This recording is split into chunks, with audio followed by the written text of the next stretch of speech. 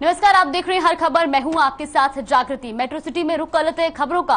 CM Manohar Lal ने खेलो India को लेकर प्रेस कॉन्फ्रेंस की, जिसमें उन्होंने बताया कि 4 से 13 जून तक खेलो इंडिया 2021 तक का कार्यक्रम चलेगा। सीएम ने कहा कि खेलो इंडिया की मेजबानी करना हमारा सौभाग्य है।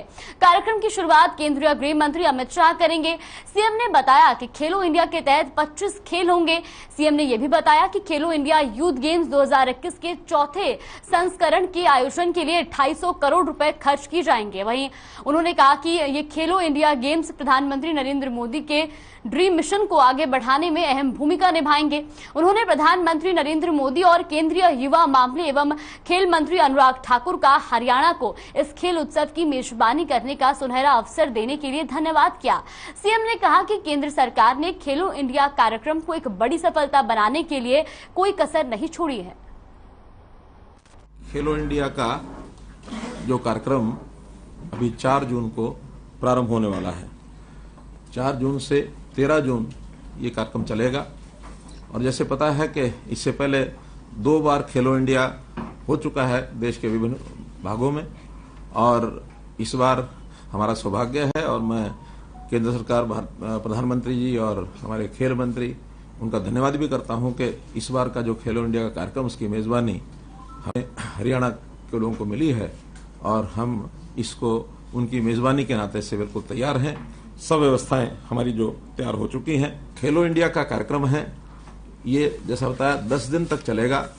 25 इसमें गेम्स होंगे और इसकी जो शुरुआत है 4 तारीख को, इसमें हमारे केंद्रीय गृह मंत्री श्री अमित शाह जी वो पधार रहे हैं। उनका कार्यक्रम फाइनल हो गया है। सायकाल 7 बजे के लिए हमने जनता को बुलाया है। ठीक 7:30 बजे कार्यक्रम जो है ये शुरू होगा और उस 7:30 बजे के कार्यक्रम की शुरुआत में लगभग 8,500 तो जो खिलाड़ी हैं या उनके जो प्रबंधक जितने भी हैं, साथ में अधिकारी हैं, कोच हैं और जो सहयोगी हैं, वो सब 8,500 की संख्या उनकी रहेगी। कुल मिलाकर इस आयोजन पर 250 करोड़ रुपए का ये जो है खर्च होगा। इस 250 करोड़ रुपए में 139 करोड़ रुपए तो जो ढांचा है, जो हमारा इंफ्रास्ट्रक्चर है, उसके नवीनीकरण के लिए या कोई नया उसमें निर्माण करने के लिए ये सब खर्च हुआ है। बाकी जो खर्च है इन खिलाड़ियों के रहन सहन का, उनके बाकी व्यवस्थाओं पर ये सारा खर्च होगा। इसमें साई का भी योगदान कुछ होगा, इसमें केंद्र सरकार का भी योगदान रहेगा, हरियाणा सरकार का भी योगदान रहेगा। तो मिला जुला करके ये सारा जो है ये खर्च इसमें होगा। इन प्रतियोगिताओं में गर्मी होने के कारण से अधिकतर खेल या तो सुबह सुबह होंगे या शाम को होंगे। दोपहर के समय खेल इंडोर तो सब चलेंगे, लेकिन आउटडोर वाले खेल वो सुबह या शाम ज्यादा होंगे, दिन में उनको थोड़ी संख्या कम रखेंगे। कुल मिलाकर चाहे गोल्ड मेडल हैं या सिल्वर मेडल हैं या ब्रॉन्ज मेडल हैं, इन तीनों को मिला करके ये संख्या 1866 और अवार्ड्स ऐसे जो मेडल्स हैं ये इसकी रचना की गई है। अब 1866 में कौन प्रदेश कितना लेता है, सबका अपना कंपटीशन है, लेकिन हम ऐसा जरूर मानकर चलते हैं कि हरियाणा जैसे पिछले बार सेकंड उस पर रहा था, रैंक पर दूसरा स्थान हमारा था 200 मेडल लेकर के। इस बार हम चाहेंगे कि हमारे खिलाड़ी और ज्यादा मेडल लेकर के और पहला स्थान कैसे प्राप्त करें, इसकी हमारी जरूर पुरजोर कोशिश रहेगी। तो आपको अब ग्राफिक्स के जरिए समझाते हैं खेलो इंडिया का पूरा कार्यक्रम। सीएम मनोहर लाल ने खेलो इंडिया को लेकर प्रेस कॉन्फ्रेंस की। 4 से 13 जून तक खेलो इंडिया 2021 का कार्यक्रम चलेगा। तो वहीं आपको बता दें कि खेलो इंडिया की मेजबानी करना हमारा सौभाग्य है, ऐसा भी सीएम मनोहर लाल ने कहा। साथ ही केंद्रीय गृह मंत्री अमित शाह कार्यक्रम की शुरुआत करेंगे। आपको बता दें कि 8,500 खिलाड़ी खेल में हिस्सा लेंगे। तो हर तरह के खेल खेलने के लिए परिसर बनाए गए हैं। वही हरियाणा धाकड़ शब्द से जाना जाता है,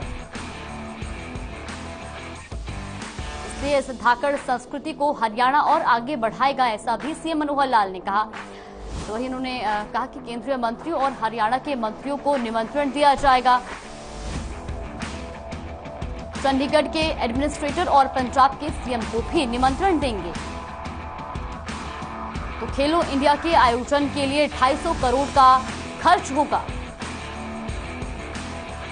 3 स्टार होटल में खिलाड़ियों के रहने की व्यवस्था की जाएगी। वहीं खिलाड़ियों के लिए अच्छे आहार की भी व्यवस्था की जाएगी। तो डॉक्टर्स और एम्बुलेंस की भी व्यवस्था की गई है। कार्यक्रम के बाद मूल्यांकन किया जाएगा और जिसके बाद आपको बता दें कि अगली बार और अच्छे तरीके से कार्यक्रम का आयोजन होगा। तो 1866 मेडल्स की रचना भी की गई है। सीएम मनोहर लाल ने बुधवार को चंडीगढ़ निवास स्थान से ऑडियो के माध्यम से प्रदेश भर के 408 पुलिसकर्मियों से संवाद किया। इस दौरान पुलिसकर्मियों ने भी दिल खोलकर मुख्यमंत्री से बातचीत की और उन्हें आश्वासन दिया कि वो रिटायरमेंट के बाद संपूर्ण पोर्टल से जुड़कर समाज सेवा के महान कार्य में अपना योगदान देंगे। वहीं मुख्यमंत्री ने कहा कि जो पुलिसकर्मी 31 अक्टूबर 2024 तक रिटायर हो रहे हैं, उनके मन में जरूर ये भाव आता होगा कि रिटायर होने के बाद वो क्या कार्य करेंगे, लेकिन हरियाणा सरकार ने ऐसे लोगों के लिए संपन्न पोर्टल बनाया है।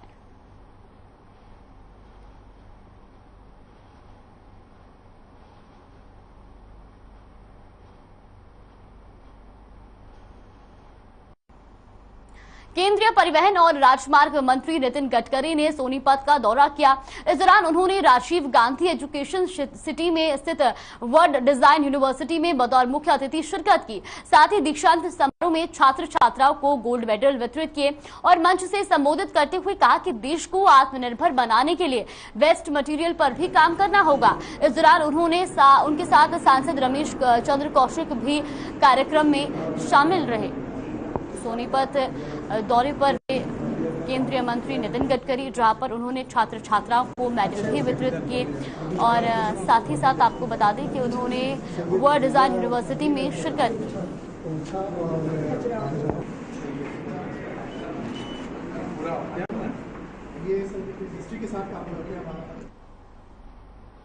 सोहना में होने वाले नगर पालिका चुनाव के लिए आम आदमी पार्टी ने अपनी प्रत्याशियों की पहली लिस्ट जारी कर दी है। पहली लिस्ट में चेयरमैन पद के लिए ललिता को प्रत्याशी बनाया गया है। वहीं वार्ड 17 से आपको बता दें कि वो वार्ड 17 से उम्मीदवार है और इसी तरह वार्ड 1 से हिग सिंह, वार्ड 3 से मोहित यादव, वार्ड 4 से नितिन यादव और वार्ड 16 से अनीता रानी को प्रत्याशी घोषित किया गया। आम आदमी पार्टी नेता धर्मेंद्र खटाना की माने तो ये घोषणा पार्टी के राष्ट्रीय सचिव पंकज गुप्ता ने की है, जिस पर पार्टी के सभी कार्यकर्ताओं और नेताओं ने सहमति जताते हुए अपने प्रत्याशियों को पार्षद पद, चेयरमैन पद पर बैठाने के लिए कमर कस ली है। तो गुरुग्राम में आम आदमी पार्टी ने अपने प्रत्याशियों की लिस्ट जारी की है, जहां पर आपको यह भी बता दें कि ललिता को वार्ड 17 से उम्मीदवार बनाया गया है। कई उम्मीदवारों की सारी स्क्रूटनी करने के बाद हमें एक कैंडिडेट ललिता जी, जो कि जवाहरलाल जी की बेटी हैं, एक पढ़ी लिखी कैंडिडेट मिली, जिन्होंने सिविल सर्विसेज का त्याग किया और उन्होंने हिम्मत जताई राजनीति में आके राजनीति को साफ करने की, भ्रष्टाचार को साफ करने की। और जो सोना नगर परिषद की समस्याएं हैं, जैसे कि बिजली है, पानी है, शिक्षा है, स्वास्थ्य है, नाले गंदे हैं, सड़कें टूटी हुई है, कहीं सफाई नहीं होती है, पानी गंदा आता है, सोना के वासी पानी पीने पे मजबूर है। 30 मई को गुरुग्राम के सेक्टर 38 इलाके के ग्रीन ट्री होटल से 2 विचाराधीन कैदी योजनाबद्ध तरीके से फरार हो गए और यूपी के सिकंदराबाद और फिर मथुरा पहुंच गए, जहां से क्राइम ब्रांच पालम विभाग के दोनों फायर कैदियों को गिरफ्तार कर मामले का खुलासा किया। दरअसल भोंडसी जिले से 2 कैदियों को दिल्ली के सफदरजंग और जेबी पंत अस्पताल में इलाज के लिए लाया जा रहा था। तभी जेल यार्ड में तैनात पुलिस कर्मियों को ऐसी गाड़ी और पैसे का लालच दिया और सरकारी गाड़ी में न जाकर कैब बुक की और फिर अस्पताल से इलाज करवाकर सेक्टर 38 के होटल में अय्याशी करने लगे। तो वहीं एसीपी क्राइम की माने तो क्राइम ब्रांच इस मामले में 2 हेड कांस्टेबल और 1 कांस्टेबल और होटल संचालक समेत 6 लोगों को पहले ही गिरफ्तार कर जेल की सलाखों के पीछे भेज दिया गया है। वहीं एसीपी क्राइम की माने तो राकेश के खिलाफ लूट, डकैती और आर्म्स एक्ट के आधा दर्जन मामले दर्ज है, जबकि अभिजीत के खिलाफ भी मामला दर्ज है, जिस पर अदालतों में सुनवाई जारी है।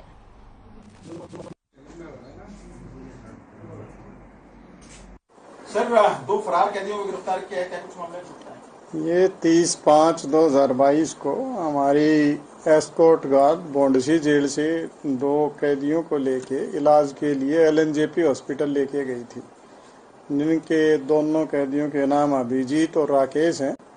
और जब उनको वापस वो एक प्राइवेट व्हीकल में बिठा के लेके आए एस्कॉर्ट गार्ड के मुलाजिम, जबकि उनको सरकारी गाड़ी में उनको लेके आना चाहिए था, और रूट से बाहर जाके एक सेक्टर 38 में ग्रीन ट्री नामक होटल था, उसमें लेके गए। वहाँ से ये जो कैदी थे ये उनको चकमा देकर भागने में सफल रहे, जिसके संबंध में हमने अपने जो पुलिस कर्मचारी थे तीनों, एचसी नीशू, कांस्टेबल उसका नवीन व हेड कांस्टेबल अनिल, इन तीनों को गिरफ्तार कर लिया था। हाल ही में यूपीसीएस परीक्षा का रिजल्ट घोषित हुआ, जिसमें हरियाणा से 24 छात्र छात्राओं ने परीक्षा पास की। इसी कड़ी में फरीदाबाद की रहने वाली मैग जैन ने यूपीएससी परीक्षा में 17वीं रैंक लाकर देश भर में प्रदेश का नाम रोशन किया है, जिसको बधाई देने के लिए आज तिगांव से बीजेपी विधायक राजेश नागर मैग जैन के घर पहुंचे। विधायक ने गुलदस्ता देकर मैग जैन को बधाई दी और मैग जैन के उज्जवल भविष्य की कामनाएं की। साथ ही विधायक ने बताया कि केंद्र सरकार और प्रदेश सरकार के चलाए बेटी बचाओ बेटी पढ़ाओ का नारा आज सार्थक सिद्ध हो रहा है। हरियाणा प्रदेश की बेटियां अभी किसी से कम नहीं हैं।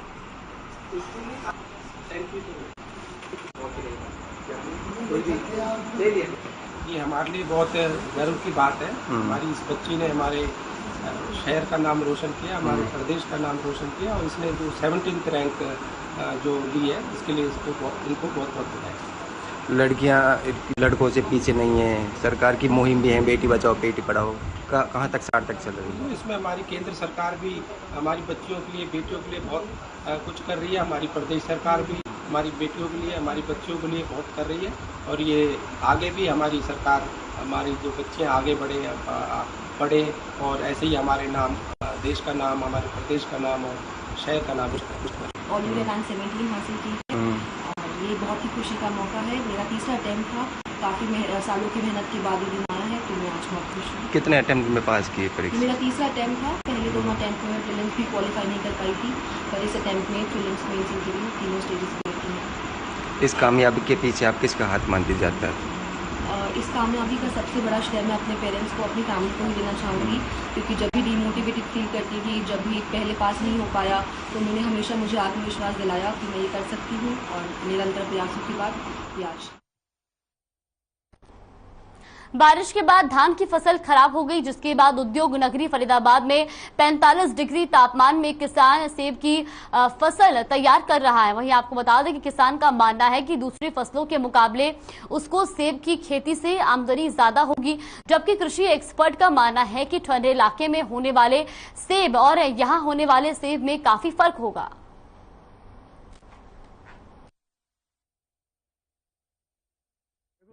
पेड़ों में मतलब जान नहीं दिख रही है? जान है, वो फल सेब इसका काफी बड़ा हो गया जी। ये गोल्डन वैरायटी है। हम धान और गेहूं की मोटी फसल करते थे जी पहले जी, तो बिजली की उससे फसल हमारी खराब होगी, धान की बढ़िया नहीं बन पाई। तो पिताजी गुस्से हो गए, वो कहने लगे भाई ऐसे बात नहीं बनेगी, तो यहाँ में नुकसान ज्यादा जा रहा है, तो कुछ अलग हटके करके देखा, दुनिया बागवानी या कुछ ऐसे कर जिससे नाम हो गए। अब वो बागवानी में जैसे अमरूद या बेरिया के बाग होते हैं तो वे नाम से चलते हैं, भाई उसकी है बेरिया और अमरूद उसके बाग का है। तो कहने लगे ऐसे कर, तो मैं मेरे ये ठेकेदार हम यहाँ ट्यूबवेल पे लूट रहे थे, तो हमने यूट्यूब पे देख रहे थे यहीं जट, उसमें हरिमन शर्मा का सेब का वो आ गया जी। मैं इसे कहने लगा सर ठेकेदार में सेब लगाया ना, वहां की यहाँ हो जाएंगे, मैंने की यहाँ में लिख रही है 48 डिग्री टेम्परेचर तक हो जाएगा फल। तो हमने उनसे बात करी फिर हरिमन शर्मा जी से, उन्होंने कहा 48 डिग्री तक टेम्परेचर में फल हो जाता है हमारे ये। और फिर हमने बाद में देखा तो राणा जी का भी आया, और राणा जी के वहां पे हम देख आए जा करके, वहां पे पुराने पेड़ थे जो उन्होंने 20-25 पेड़ थे, उन्होंने अब तो अमरूद का बाग काट के बढ़ा दिया, सेब का लगाए उन्होंने 1-2 एकड़ में और सेब, वे भी वहीं से लाए थे। तो राणा जी ने जब 250 रुपए का पौधा बताया था, और मैं बादाम के पेड़ वहीं से लेकर आया था, राणा जी के पास बादाम के पेड़ 120 रुपए का बादाम का पेड़ दिया। अब खबर जोधपुर से है, जहां जोधपुर में एआईसीसी सदस्य वैभव गहलोत का जन्मदिन मनाया गया। तो वहीं आपको बता दें कि इस मौके पर भारतीय युवा कांग्रेस महासचिव और प्रवक्ता दिनेश पिंटू सारस्वत ने बताया कि और मदरसा भक्ता सनी हाउसिंग दिव्यांग आश्रम में जाकर वैभव गहलोत का जन्मदिन मनाने के साथ ही सारण नगर गुजरावास में प्याऊ बनवाकर उद्घाटन कर जनता को समर्पित किया गया। तो जोधपुर में वैभव गहलोत का जन्मदिन मनाया गया और इस मौके पर दिनेश पिंटू सारस्वत ने प्याऊ की सौगात दी। तो वही आपको बता दें कि कांग्रेस प्रवक्ता है दिनेश पिंटू सारस्वत।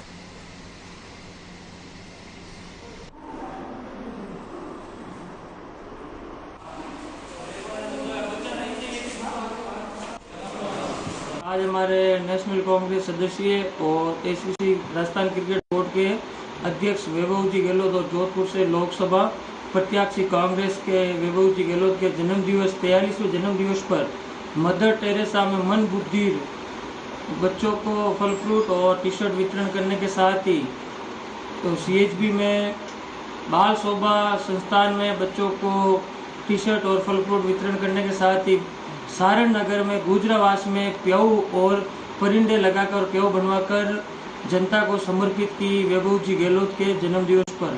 और हमारे सभी साथियों ने और बाबूलाल समाज सेवक बाबूलाल जी सुतार, दिनेश जी रणसी और वरिष्ठ उपाध्यक्ष राजेश्वर जहांगीर हर सारस्वत काफी कार्यकर्ता और पदाधिकारी। वही खबर पर हमारे साथ फोन लाइन पे जुड़ गए हैं कांग्रेस प्रवक्ता दिनेश पिंटू सारस्वत जी। सर बहुत बहुत स्वागत है आपका हमारे इस चैनल में। सर आपने हर खबर के हर दर्शक का स्वागत है जी। सर आपने वैभव गहलोत जी के जन्मदिन पर प्याऊ की सौगात दी है। हाँ मैडम, ये हमारे यूथ कांग्रेस के सभ्य पदाधिकारी और यूथ कांग्रेस के जिला अध्यक्ष और लोनी विधायक महेंद्र सिंह जी और रामिया जी बुद्धनगर के साथ समाज सेवी बाबूलाल जी रणसी सुतार है और दिनेश जी सुतार रणसी और राजेश्वर जहांगीर सांगरिया तहसील हम सभी मित्रों ने और मिलने वालों ने मिलकर ये तय किया था कि वैभव जी गहलोत के 43वें वर्ष की आयु पर हम मन बुद्धि आश्रम में देने के साथ ही अनाथ आश्रम जाने के साथ ही और क्षेत्र ऐसी लोकेशन देख के वहाँ प्याऊ बना के देंगे कि वहाँ की जनता वहाँ पानी पी सके, राहगीर आने जाने वाले पानी पी सके।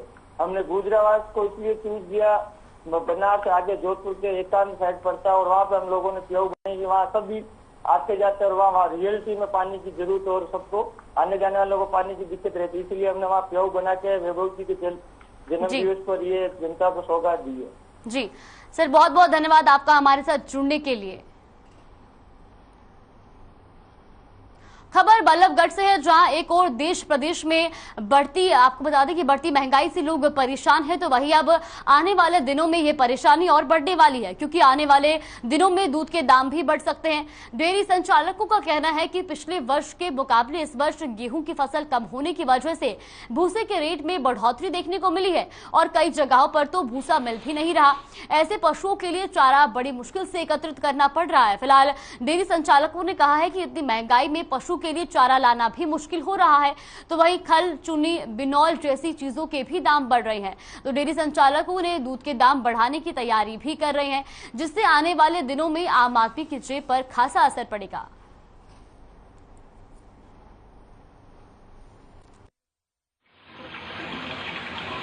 देखो जी, हमारी गौशाला में 700 गोवंश है और एक गोवंश के लिए एक समय में 65 रुपया का चारा हम डाला जा रहा है इसमें। और चारा जो है पिछले सीजन से इस बार महंगा है। अच्छा। महंगा है। क्या रेट? जो रेट आ रहा क्या रेट? अब जो है भूसे का रेट 450 से लेके 500 रुपए तक ऊपर नीचे होता रहता है। तो कितना फर्क देखने को मिला पिछले सीजन? 150 कम से कम 150 रुपए का फर्क पड़ रहा है पिछले सीजन से और इस सीजन में। जो उसका कारण है कि किसान भी जो अपनी फसल को वैसे नहीं कटवा के और मशीनों से कटवा रहे, जिसकी वजह से भूसे का उत्पादन कम है और कम उत्पादन की वजह से ही ये महंगाई है।